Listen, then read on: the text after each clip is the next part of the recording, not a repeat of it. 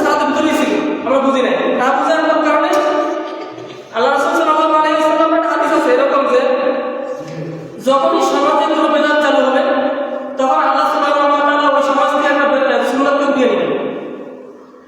আমরা সহজে বুঝি, যদি একটা গ্লাসে পানি পরিপূর্ণ করে রাখা হয়, ওই গ্লাস থেকে আর একটু পানি ঢালি, তাহলে আগের পানি গ্লাসের বাইরে পড়ে যাবে, এটা স্বাভাবিক।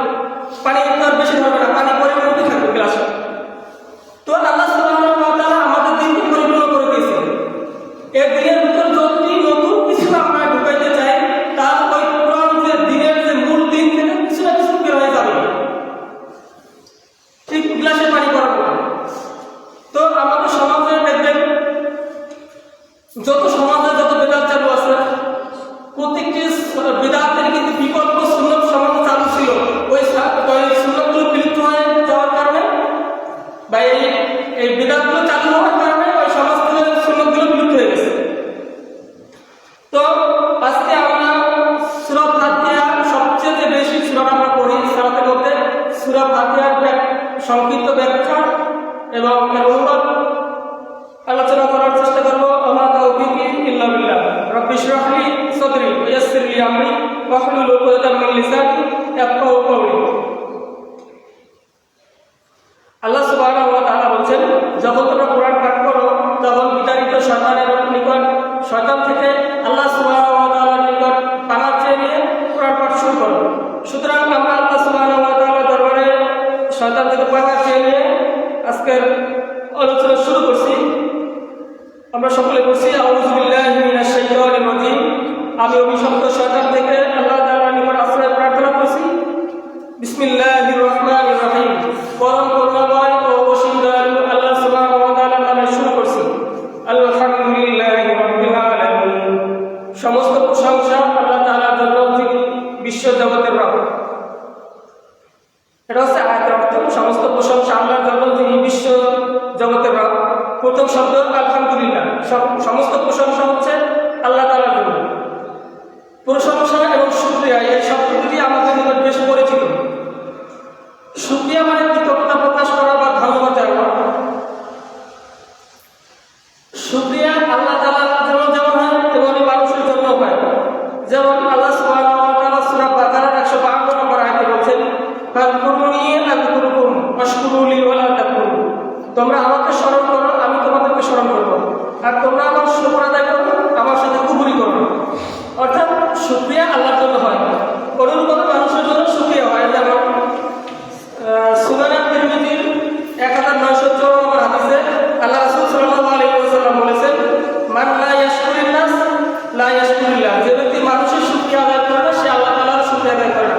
অর্থাৎ শুকরিয়াটা মানুষের জন্য যেমন ব্যবহার করা যায়, তেমন আল্লাহ সুবহানাহু ওয়া তাআলার জন্য ব্যবহার করা যায়। শুকরিয়া স্বাভাবিকভাবে 3 প্রকার হতে পারে। এক প্রকার হচ্ছে মৌখিক স্বীকৃতি, মুখে বলার মাধ্যমে, যেমন আমরা বলি না জাযাকাল্লাহু খাইরান, শুকরান, এটা হচ্ছে একটা শুকরিয়া। 2 নম্বর হচ্ছে আল্লাহ তাআলার ইবাদত করার মাধ্যমে। যেমন আল্লাহ তাআলা আবু দাউদ, আল্লাহ সুবহানাহু ওয়া তাআলা নবী আবু দাউদকে বলেছিলেন যে ইয়ালামু আহলে দাউদ শুকরা, তোমরা হে আবু দাউদের পরিবার, তোমরা কৃতজ্ঞতা স্বরূপ আল্লাহ তাআলার ইবাদত করে দাও। অর্থাৎ ইবাদত করা আল্লাহ তাআলার এক প্রকার শুকর। আরেকটা হচ্ছে সিজদা করার মাধ্যমে। যেমন কোনো ভালো সংবাদ বসলে আমাদের উপরে আসলে আল্লাহ তাআলার দরবারে শুকরিয়ার সিজদা করা একটা সুন্নাত, যা রাসূল সাল্লাল্লাহু আলাইহি ওয়াসাল্লামের হাদিসের মাধ্যমে আমরা জানতে পারি। সূরা তিরমিজি 1494 নম্বর হাদিস, আবু বকর রাদিয়াল্লাহু তাআলা আনহু বলেন, রাসূল সাল্লাল্লাহু আলাইহি ওয়াসাল্লামের নিকট যদি কোনো আনন্দের সংবাদ বসতো বা কোনো খুশির সংবাদ আসতো, তখন আল্লাহ রাসূল সাল্লাল্লাহু আলাইহি ওয়াসাল্লাম আল্লাহ তাআলার নিকট শুকরিয়া স্বরূপ সিজদায় লুটিয়ে পড়তেন।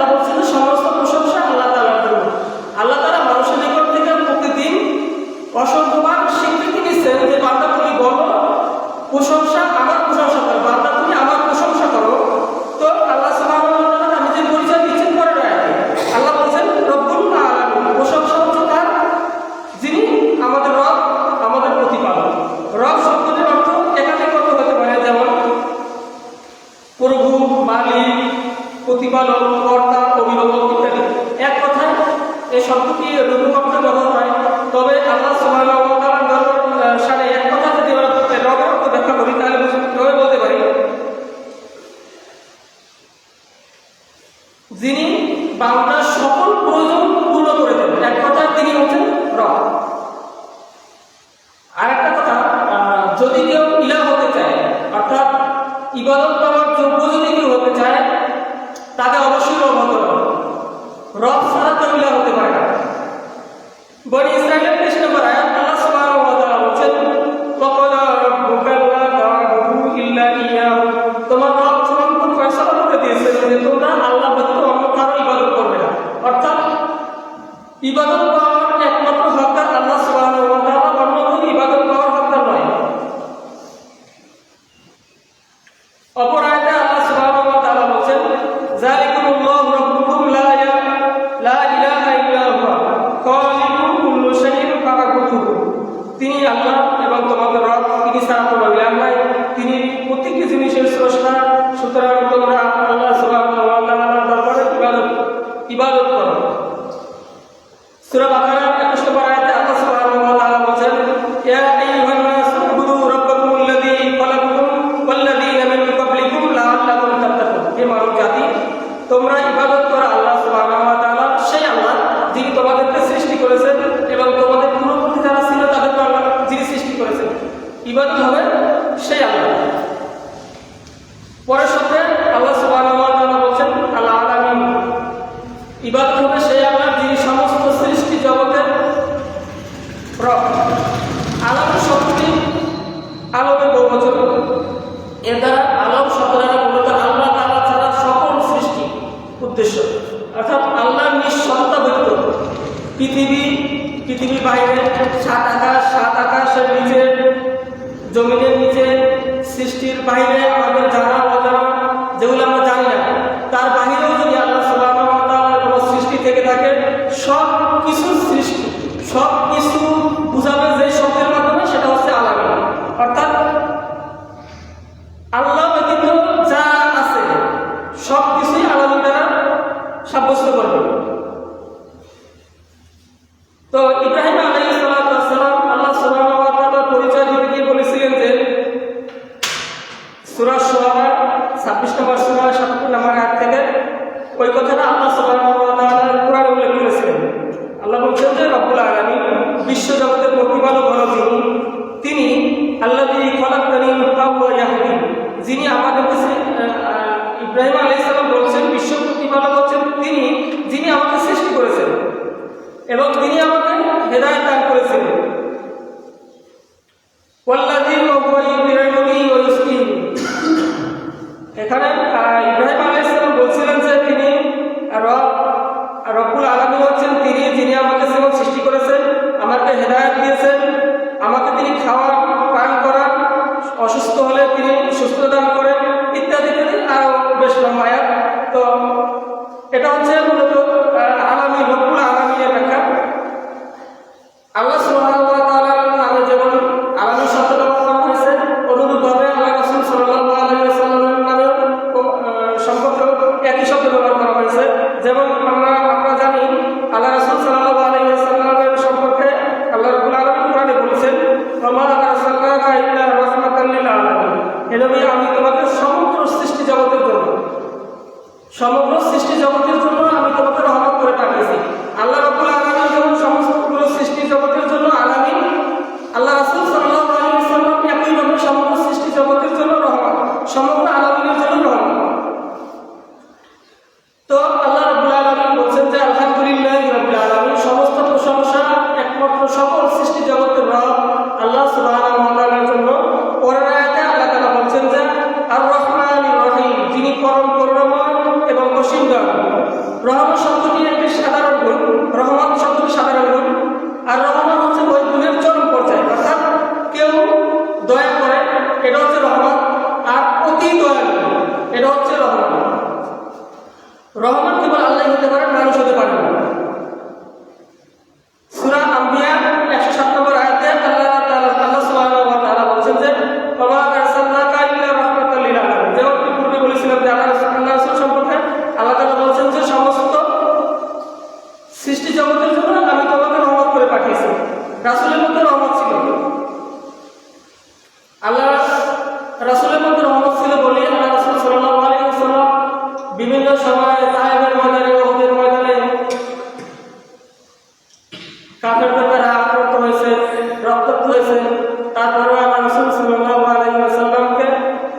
কখনোই কাফেরদেরকে বদলা করেননি।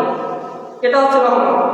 কিন্তু আল্লাহ সুবহানাহু ওয়া তাআলা সম্পর্কে যে শব্দটা ব্যবহার করা হয়েছে সেটা হচ্ছে রহমান, অতি দয়ালু। এ কারণে আমরা দেখি পৃথিবীতে কাফির হোক, মুশরিক হোক, অমুসলিম হোক, আল্লাহর ইবাদত করুক না করুক, সকল মানুষকে আল্লাহ খাওয়ান, রিজিক দেন, সুস্থ রাখেন। এমন হয় না যে আল্লাহ তাআলাকে কেউ ইবাদত করলো, তারা আল্লাহ তাআলা খাবার দিলেন, তার রিজিক দিলেন, আর যে আল্লাহ ইবাদত করে না তাকে আল্লাহ তাকে রিজিক দিলেন না। এমন হয় না। হয় না কেন? এই যে আল্লাহ রাব্বুল আলামিন বলেছেন রহমান, এই আল্লাহ তাআলা যে রহমান নাম, আল্লাহ যে রহমান, এই বৈশিষ্ট্যের কারণে আল্লাহ তাআলা পৃথিবীর সব মানুষকে খাওয়ান, পান করান, সব প্রয়োজন পূর্ণ করেন। আল্লাহ কাফেরদেরকে খাওয়াবেন যেমন, অনুরূপভাবে আল্লাহ সুবহানাহু ওয়া তাআলা মানুষকে, মুসলমানকে খাওয়াবেন, ইবাদত করলেও খাওয়াবেন। আল্লাহ তাআলার সাথে যদি কেউ শিরক করে তাকেও আল্লাহ তাআলা সম্পূর্ণ প্রয়োজন পূর্ণ করবেন।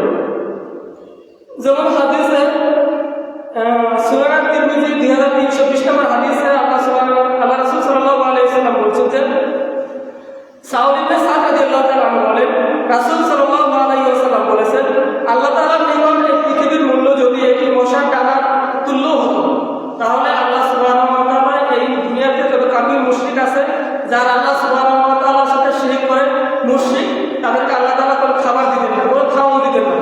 তো আল্লাহ সুবহানাহু ওয়া তাআলার কাছে এই দুনিয়াটা একটা মশার ডানার চেয়ে নগণ্য, তুচ্ছ।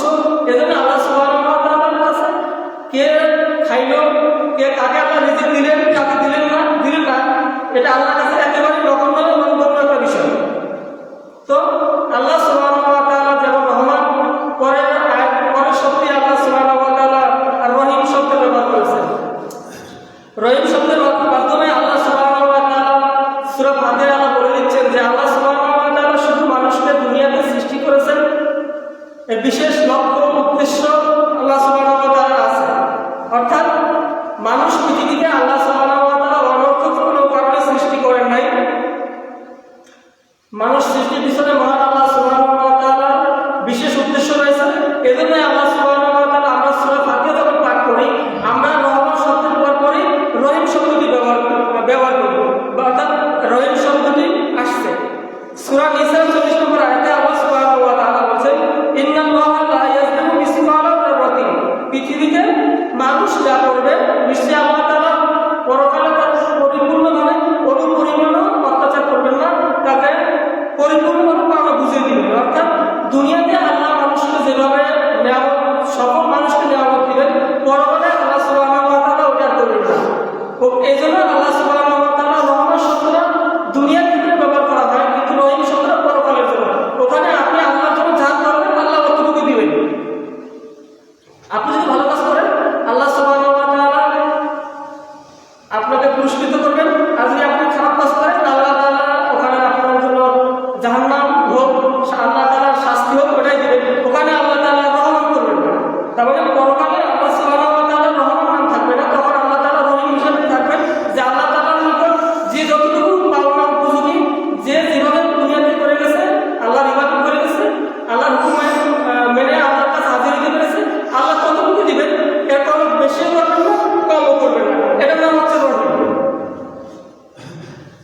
যেমন সূরা কাহফের 49 নম্বর আয়াতে মানুষকে যখন আল্লাহ সুবহানাহু ওয়া তাআলা কিয়ামতের ময়দানে আমলনামা বুঝিয়ে দিবেন, তখন মানুষ বলতে থাকবে, ইয়াকুলুনা ইয়া ওয়াইলাতানা মা লিহাযাল কিতাব লা ইউগাদিরু সগীরাতান ওয়ালা কাবীরাতান ইল্লা আহসাহা। তারা বলবে, হ্যাঁ আল্লাহ, এটা কেমন কিতাব যেখানে কোনো ছোট বড় কোনো কিছুই বাদ দেওয়া হয়নি, বরং এটা সমস্ত কিছুই লিখিত রয়েছে। অর্থাৎ দুনিয়াতে যা করবেন, মানুষ পৃথিবীতে যা করবেন, সব কিছুই আল্লাহ তাআলা ওই কিতাবে সুস্পষ্টভাবে লেখা থাকবে। কোনো কিছু কমও করা হবে না, বেশিও করা হবে না, এবং অনুরূপভাবে তার প্রতিফল আল্লাহ সুবহানাহু ওয়া তাআলা দিবেন। রহিম শব্দের উল্লেখ করার পরপরই আল্লাহ সুবহানাহু ওয়া তাআলা উল্লেখ করেছেন মালিক ইয়াউমিদ্দিন, যিনি বিচার দিবসের মালিক। অর্থাৎ আল্লাহ রহিম কখন? মালিক ইয়াউমিদ্দিন, বিচার দিবসে। কুরআনের শব্দ আয়াতগুলোর যদি আমরা একটু গবেষণা করি বা বিশ্লেষণ করি, তাহলে দেখব কুরআনের প্রত্যেকটি শব্দ, প্রত্যেকটি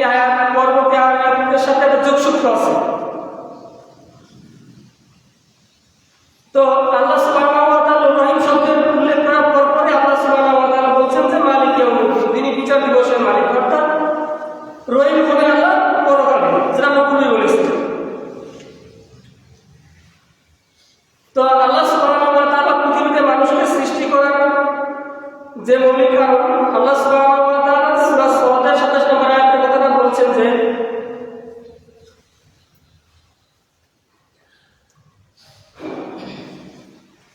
ওমা খালাকনাস সামাওয়া ওয়াল আরদা ওয়া মা বাইনাহুমা বাতিলা যালিকা যান্নুল্লাযীনা কাফারু। আল্লাহ সুবহানাহু ওয়া তাআলা বলছেন যে আমি আকাশ এবং আকাশের মধ্যে, পৃথিবীতে এবং এই দুইয়ের মাঝে যা কিছু সৃষ্টি করেছি, কোনো কিছু আমি আল্লাহ সুবহানাহু ওয়া তাআলা অনর্থক করে সৃষ্টি করিনি। অর্থাৎ পৃথিবীতে যা কিছু সৃষ্টি করা হয়েছে প্রত্যেকটা সৃষ্টির পিছনে আল্লাহ সুবহানাহু ওয়া তাআলার উদ্দেশ্য নিহিত রয়েছে, অনর্থক আল্লাহ তাআলা সৃষ্টি করেন নাই। আল্লাহ সুবহানাহু ওয়া তাআলা আয়াতের শেষে বলছেন যে যারা এমন ধারণা করে যে মানুষকে আল্লাহ সুবহানাহু ওয়া তাআলা অনর্থক সৃষ্টি করেছে, তারা কেবল কাফের। অর্থাৎ কাফেররা ধারণা করতে পারে যে পৃথিবী এবং পৃথিবীর মধ্যে যা কিছু আছে তা আল্লাহ তাআলা অনর্থক সৃষ্টি করেছে। কোনো পরকালে বিশ্বাসী কোনো ব্যক্তি এবং ধারণাই করতে পারে না যে আল্লাহ সুবহানাহু ওয়া তাআলা কোনো কিছুকে অনর্থক সৃষ্টি করেছেন। সূরা মুমিন 115 নম্বর আয়াতে আল্লাহ সুবহানাহু ওয়া তাআলা আরো বলছেন আফা হাসিবতুম আন্নামা খালাকনাকুম আবাসান ওয়া আন্নাকুম ইলাইনা লা তুরজাউন। তোমরা কি মনে করেছিলে যে তোমাদেরকে অনর্থক সৃষ্টি করা হয়েছে আর তোমাদেরকে আমার কাছে ফিরে আসতে হবে না? আপনি যদি প্রশ্ন করেন আল্লাহ তুমি আমাদেরকে কেন সৃষ্টি করেছো, আল্লাহ সুবহানাহু ওয়া তাআলা কোরআনে তার জবাব দিচ্ছে।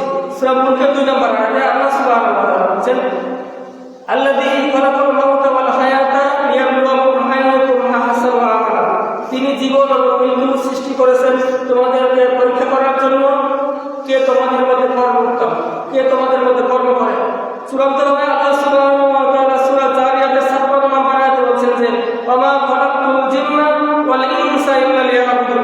আমি জিন এবং মানুষকে কেবলমাত্র আমার ইবাদতের জন্যই সৃষ্টি করেছি। তো আল্লাহ সুবহানাহু ওয়া তাআলা পৃথিবীতে মানুষকে সৃষ্টি করার পিছনে মূল যে উদ্দেশ্য আল্লাহ তাআলার ইবাদত করা। দুনিয়াতে কাজ মানুষ করবে কিন্তু ইবাদতটাও হবে। এখানে আয়াতে সুস্পষ্ট ব্যাখ্যা এভাবে হতে পারে যে মানুষ যখন ইবাদত করবে, দুনিয়ার কাজ তো মানুষ করবে কিন্তু ইবাদতটা যখন করবে, ইবাদতটা হবে কেবলমাত্র আল্লাহ তাআলার জন্য, অন্য কারো ইবাদত নয়। এটাকে আল্লাহ তাআলা এটাই এখানে বলেছেন। তো ইবাদতটা হতে হবে কেবলমাত্র আল্লাহ সুবহানাহু ওয়া তাআলার জন্য। তারপর আল্লাহ তাআলা পরের আয়াতের শুরুর অংশে আল্লাহ তাআলা বলছেন যে ইয়াকা না'বুদু, আমরা কেবল তোমার ইবাদত করি। তো পরকালে আল্লাহর জাহান্নাম থেকে মুক্তির জন্য, পরকালের মুক্তির জন্য মানুষকে আল্লাহ সুবহানাহু ওয়া তাআলা যে উদ্দেশ্য নিয়ে সৃষ্টি করেছে, সেই উদ্দেশ্য পরিপূর্ণ করার জন্য আমাদের কি করতে হবে? আল্লাহ সুবহানাহু ওয়া তাআলার ইবাদত করতে হবে। তো আমরা প্রতি সূরা ফাতিহায়, প্রতি সালাতে সূরা ফাতিহায় আল্লাহ সুবহানাহু ওয়া তাআলাকে আল্লাহর নিকট স্বীকৃতি দিচ্ছি, বা আল্লাহ সুবহানাহু ওয়া তাআলা আমাদের থেকে স্বীকৃতি দিচ্ছেন। আল্লাহ বলছেন তো তুমি বলো আমি কেবলমাত্র আমার ইবাদত, তুমি বলো ইয়াকা না'বুদু, আমরা কেবল তোমার ইবাদত করি। তো তারপরে প্রতি আয়াতে আল্লাহ তাআলা আমাদের থেকে স্বীকৃতি নিচ্ছেন। এটা হচ্ছে সারা পৃথিবীর মুসলমানদের ঐক্যের দলিল হতে পারে। পৃথিবীর সকল মুসলমান যদি আল্লাহ সুবহানাহু ওয়া তাআলার ইবাদত করে, দুনিয়ার সকল তাগুত বর্জন করে, সে আল্লাহ তাআলার ইবাদত যদি মানুষ করে, তাহলে পৃথিবীতে কেবল ধর্ম থাকবে না, ধর্ম হবে কেবলমাত্র আল্লাহ তাআলা। অর্থাৎ মানুষ যখন আল্লাহর ইবাদত থেকে বিচ্ছিন্ন হয়েছে তখনই কিন্তু সেটাকে শিরক করা শিখছে। ইহুদি বলেন, খ্রিস্টান বলেন, নাসারা বলেন, হিন্দু বলেন, পৃথিবীতে যত ধর্ম আছে তারা সকলেই আল্লাহর ইবাদত থেকে বিচ্ছিন্ন হয়েছে। সকলেই আল্লাহর ইবাদত থেকে বিচ্ছিন্ন হয়ে ভিন্ন ভিন্ন মাবুদের, ভিন্ন ভিন্ন তাদের ভাষার সৃষ্টিকর্তার ইবাদত করে, যার কারণে তারা ভিন্ন ভিন্ন ধর্মের অনুসারী হয়ে গেছে। তো আল্লাহ তাআলা আমাদের থেকে স্বীকৃতি দিচ্ছেন, বাবা তুমি বলো যে আমরা কেবল তোমার ইবাদত করি। এই ইবাদতটা যদি কেবলমাত্র আল্লাহর হয় তাহলে মানুষের মাঝে কোনো ধর্ম থাকবে না, কেবল ধর্ম থাকবে একমাত্র ইসলাম। ইসলাম ছাড়া পৃথিবীতে আর কোনো ধর্ম থাকবে না। সূরা আল ইমরানের 64 নম্বর আয়াতে আল্লাহ সুবহানাহু ওয়া তাআলা এত কথা বলেছেন, কুল ইয়া আহলাল কিতাব তাআলাউ ইলা কালিমাতিন সাওয়াইন বাইনানা ওয়া বাইনাকুম আল্লা না'বুদা ইল্লাল্লাহ। হে নবী আপনি বলুন, হে আহলে কিতাবের লোকেরা, তোমরা এমন এক কথার দিকে আসো যে কথা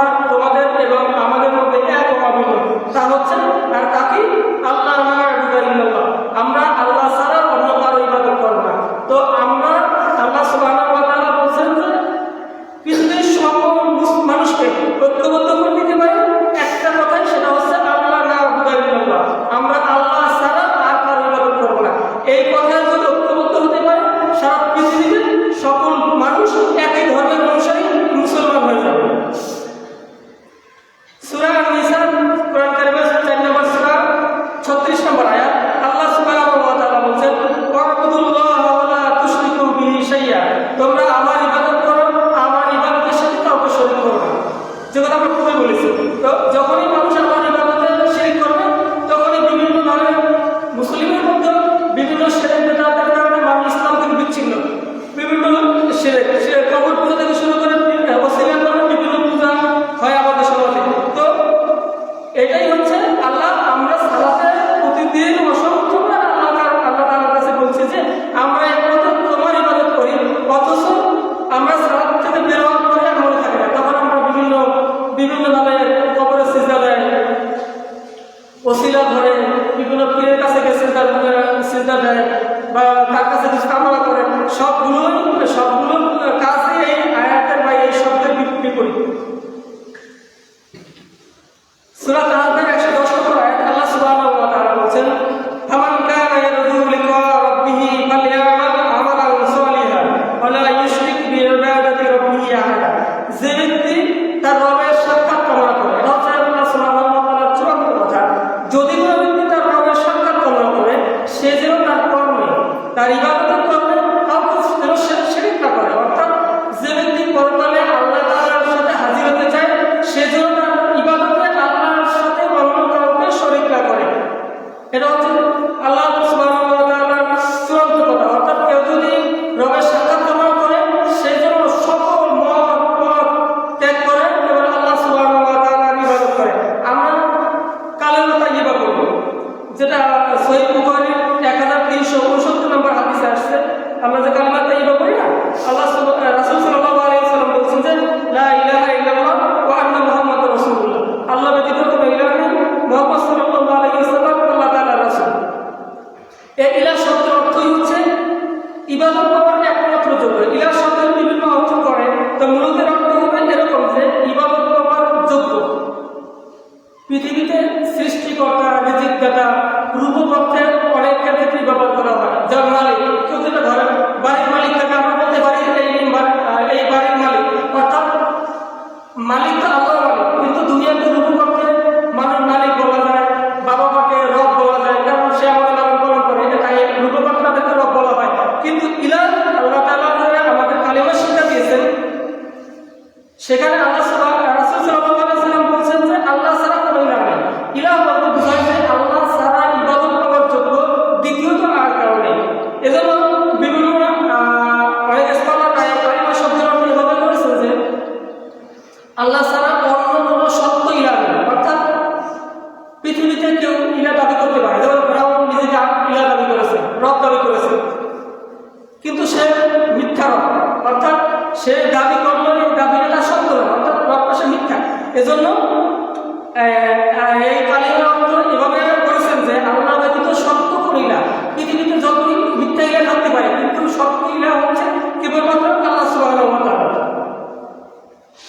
যেমন সূরা লুকমানের 30 নম্বর আয়াত, একইভাবে আয়াত আসছে, আল্লাহ সুবহানাহু ওয়া তাআলা বলছেন আল্লাহু ওয়াল হক ওয়া আন্না মা ইয়াদউনা মিন দুনিহি বাতিল। আল্লাহ সত্য, তাকে বাদ দিয়ে তোমরা যত মাবুদকে রাখো, আল্লাহ সুবহানাহু ওয়া তাআলাকে বাদ দিয়ে তোমরা যত মাবুদকে রাখো, সব মাবুদরাই মিথ্যা, সব মাবুদরাই মিথ্যা। অর্থাৎ সত্য ইলাহ আমরা যে কালিমা করি, এখানে সত্য ইলাহ হচ্ছে কেবলমাত্র আল্লাহ তাআলা, আল্লাহ ছাড়া সবকিছু মিথ্যা। কারণ মিথ্যা এই জন্য যে কেউ আল্লাহ ইলাহ দাবি করতে পারে, কেউ কাউকে ইলাহ বলে সাব্যস্ত করতে পারে, তার পূজা করতে পারে, কিন্তু সেটা সত্য হবে না, তার সবই মিথ্যাই না। অথচ আমরা প্রতি সালাতের মধ্যে, সূরা ফাতিহার মধ্যে আল্লাহ তাআলার নিকট স্বীকৃতি দিচ্ছি, অথচ আমরা এক আল্লাহর ইবাদত করতে রাজি নই। পৃথিবীতে শুরু থেকে আজ পর্যন্ত অধিকাংশ মানুষের বৈশিষ্ট্য হচ্ছে সে এক আল্লাহর ইবাদত করে সন্তুষ্ট না। দেখবেন খ্রিস্টানরা 3 জনকে মাবুদ মানছে, ঈসা আলাইহিস সালামের মা এবং আল্লাহ তাআলা, এই 3 জনকে তারা রব মানছে, অর্থাৎ তারা এক আল্লাহর ইবাদত করে সন্তুষ্ট না। আমাদের দেশে যারা হিন্দু সম্প্রদায় আছে, তাদের দেবতা 33 কোটি, তারা এক দুইটা হলো হবে না, তারা লাগবে 33 কোটি। তো পূর্ববর্তীরা একে অপর ছিল, যেমন পূর্ববর্তী নবী রাসূলরা যখন একত্ববাদ, আল্লাহর দ্বীনের দাওয়াত, এক আল্লাহর ইবাদতের দিকে মানুষদেরকে ডাকতেন, তখন তারা বলতো, যারা সূরা সওয়াদের 5 নম্বর আয়াতে আল্লাহ সুবহানাহু ওয়া তাআলা বলছেন আজআলা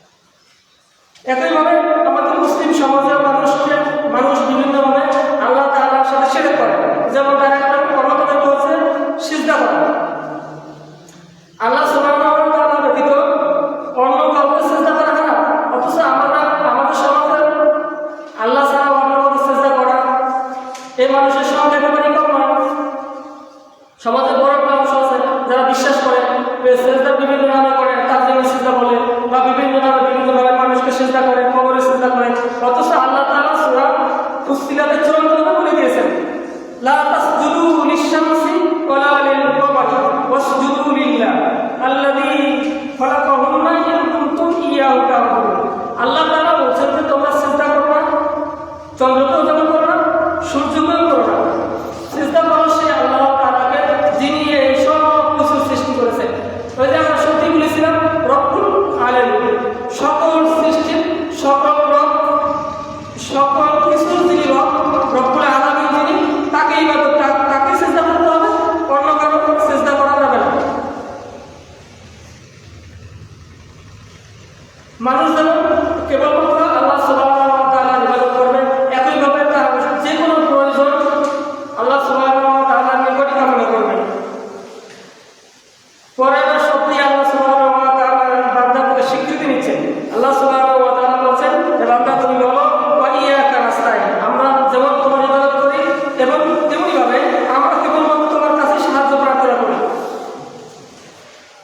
অথচ আমরা যখন দুনিয়াতে বিপদে পড়ি, সমস্যা করি, তখন বিভিন্ন পীর, মাজার বা এই জাতীয় যেসব কথা আমাদের সমাজে চালু আছে তাদের কাছে গিয়ে ওসিলা ধরি বা দালাল ধরি, এদের কাছে কামনা করি। অথচ এরা কখনই বান্দার প্রয়োজন পূরণ করতে পারে না।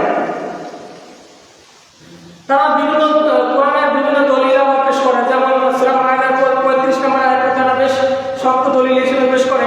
যেমন আল্লাহ তাআলা বলছেন না, ইয়া আইয়ুহাল্লাযীনা আমানু তাকুল্লাহা ওয়াবতাগু ইলাইহি ওয়াসিলা। এই যে ওসিলা, তারা এই ওসিলার ব্যাখ্যা করে পীর সাহেব বা এই জাতীয় এই অর্থ করে তারা মানুষকে বিভ্রান্ত করে, নিজেরাও বিভ্রান্ত হয়।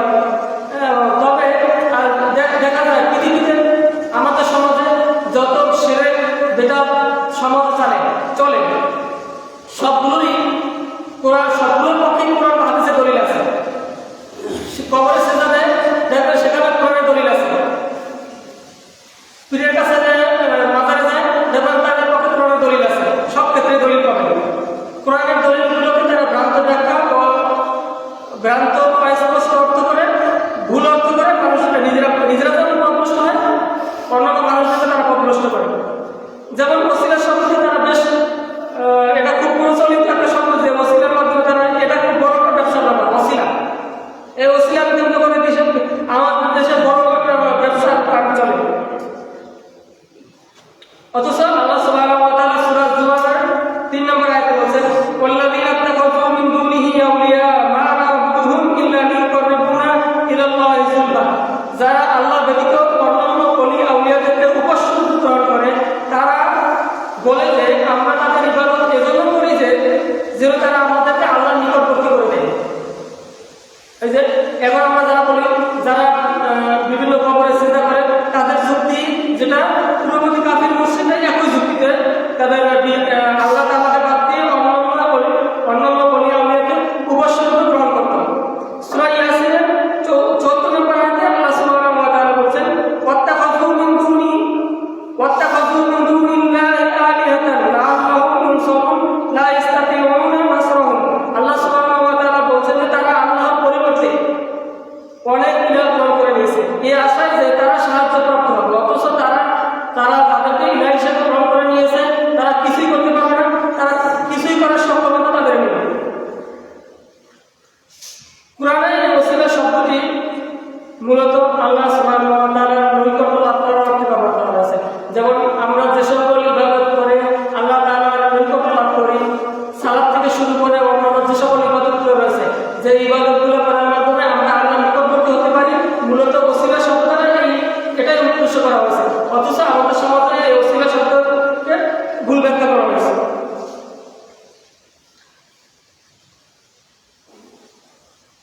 তবে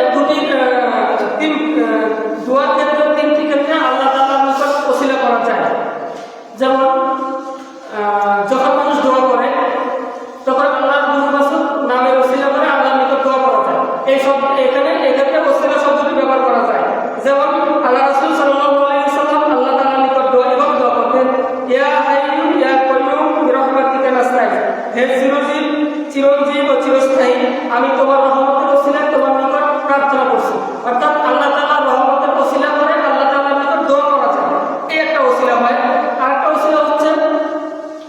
নিজের মৃত্যু ভালো আমল, আপনি বা আমি যদি আল্লাহ তাআলার নিকট ভালো করে আমল করে থাকি, ওই আমলের ওসিলা করে আল্লাহর নিকট দোয়া করা যায়, ওই আমলের ওসিলা করে আল্লাহর নিকট ক্ষমা প্রার্থনা করা যায়।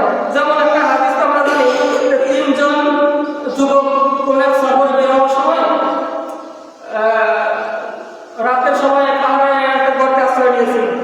তখন হঠাৎ করে ঝড়ের কারণে পাহাড়ের একটা বড় একটা পাথর এসে গর্তের মুখটা আটকে যায়। তখন তারা বলছিল যে তোমরা কে কোন ভালো আমল করেছো, ভালো আমলের কারণে আল্লাহ তাআলার নিকট আশ্রয় চাও, আল্লাহ তাআলার নিকট ক্ষমা প্রার্থনা করো, হয়তো আল্লাহ তাআলা আমাদেরকে রক্ষা করে দিবেন। এছাড়া আমাদেরকে এই বিপদ থেকে রক্ষা পাওয়ার আর কোনো পথ নাই। তো আমরা জানি বেশ লম্বা ছোট একটা হাদিস।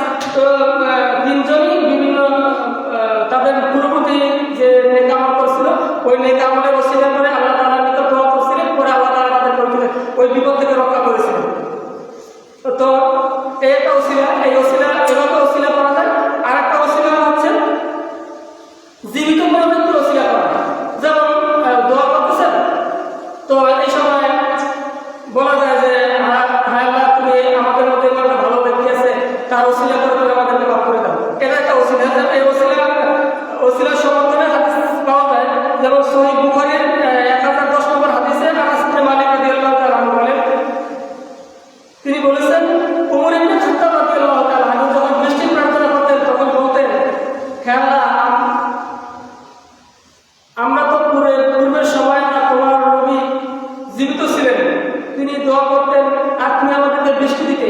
এখন তো আর তোমার রাসূল নেই, তো এখন তো তার রাসূলের চাচা আব্বাস আছে, তার ওসিলা করে আমরা তোমার নিকট বৃষ্টি কামনা করছি, তুমি আমাদেরকে বৃষ্টি দাও। তো এই আনাস যে বর্ণনাকারী সাহাবী, তিনি বলছেন যে ওমর রাদিয়াল্লাহু তাআলা যখন এই দোয়া করতেন সাথে সাথেই বৃষ্টি হতো। অর্থাৎ দোয়ার সময় উপস্থিত কোনো ব্যক্তির ওসিলা করে দোয়া করা যায়। এটা হচ্ছে এই তিন প্রকার ওসিলা করা যায়। তো পরের আয়াতে আল্লাহ সুবহানাহু ওয়া তাআলা বলছেন যে ইহদিনাস সিরাতাল মুস্তাকিম, আমাদেরকে সরল সঠিক পথ দেখান। তো আমরা দেখি দুনিয়াতে আল্লাহ সুবহানাহু ওয়া তাআলা, আমরা সূরা ফাতিহার শুরু থেকে যে আয়াতগুলো পড়তেছি, সেখানে দেখছি প্রথমে আল্লাহ তাআলা দুনিয়ার কথা বলছেন, পরে পরকালের কথা বলছেন। তো পরকালে তারপরে মানুষকে সৃষ্টির উদ্দেশ্য আল্লাহ তাআলা বলছেন।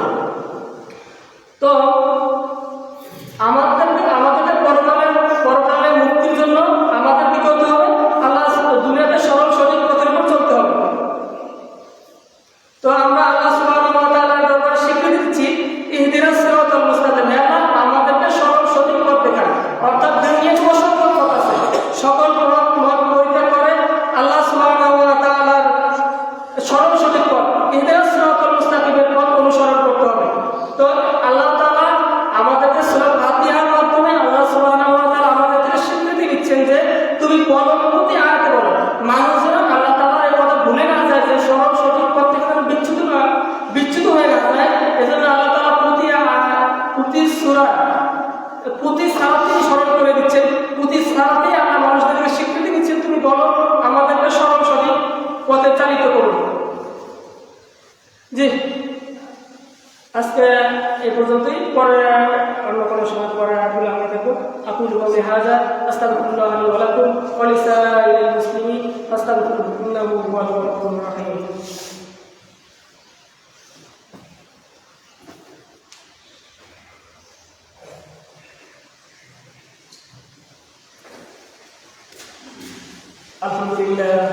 আলহামদুলিল্লাহ ওয়াসসালামু আলা ইবাদিহিল মুস্তাফা। আম্মা বা'দ, ইন্নাল্লাহা ওয়া মালাইকাতাহু ইউসাল্লুনা আলান নবী, ইয়া আইয়ুহাল্লাযীনা আমানু সাল্লু আলাইহি ওয়া সাল্লিমু তাসলিমা। আল্লাহুম্মা সাল্লি আলা মুহাম্মাদ ওয়া আলা আলি মুহাম্মাদ কামা সাল্লাইতা আলা ইব্রাহিম ওয়া আলা আলি ইব্রাহিম ইন্নাকা হামিদুম মাজিদ। আল্লাহুম্মা বারিক আলা মুহাম্মাদ ওয়া আলা আলি মুহাম্মাদ কামা বারাকতা আলা ইব্রাহিম ওয়া আলা আলি ইব্রাহিম ইন্নাকা হামিদুম মাজিদ। আল্লাহুম্মা বা'id বাইনি ওয়া বাইনা খাতায়ায়া কামা বা'adta বাইনাল মাশরিqi ওয়াল মাগরিব। আল্লাহুম্মা নাক্কিনি মিন খাতায়ায়া কামা yunqqa as-sawbu min ad-danas اللهم اغسل خطايانا بالماء والثلج والبرد اللهم اغفر لحينا وميتنا وشاهدنا وصغيرنا وكبيرنا وذكرنا وانثانا اللهم من احييته منا فاحينا على الاسلام ومن توفيته منا فتوفه على الايمان ربنا